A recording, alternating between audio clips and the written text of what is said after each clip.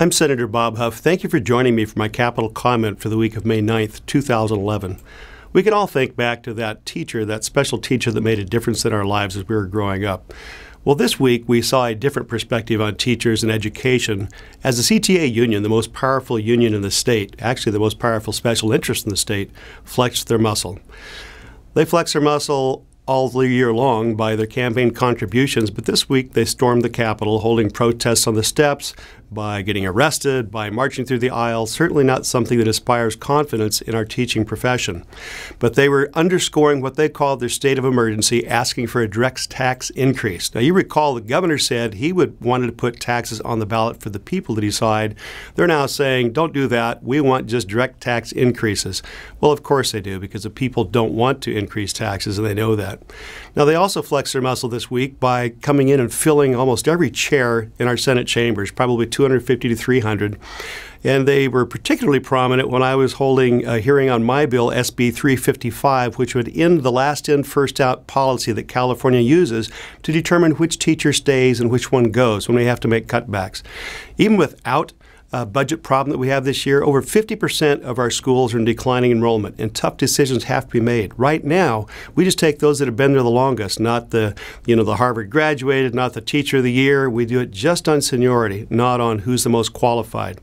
There has been reform, bipartisan reform, sweeping the nation, including Michelle Rhee, including President Obama, Antonio Villaraigosa, mayor of L.A.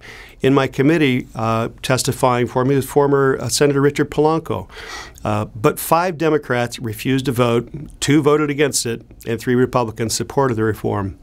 The Democrats were clearly putting the union interest before children, and it's time we change that. We've got to not just pretend that all teachers are equal. There is a qualitative difference, and we should be retaining the best and the most effective.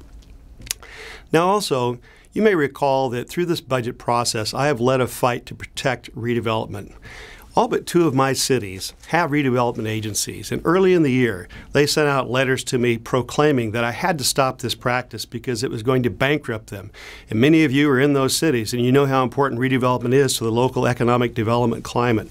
But the governor was going to stop it. He was going to try to raid those funds, and we just had a ledge council opinion that says it's illegal to do that. Now, we felt that was true all the time, but there are interests out there that want to redirect this money to other purposes, but that would once again be at the expense of the cities, because that's what state government does best. When we overspend, we try to find someplace else to grab that money.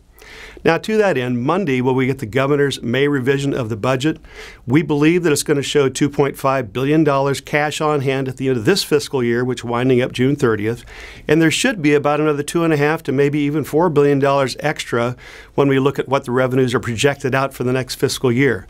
But however much money is there, that's going to drive the rest of the budget process as we seek to get this budget balanced before the end of June 30th. Well, I want to thank you for joining me. I'm Senator Bob Huff.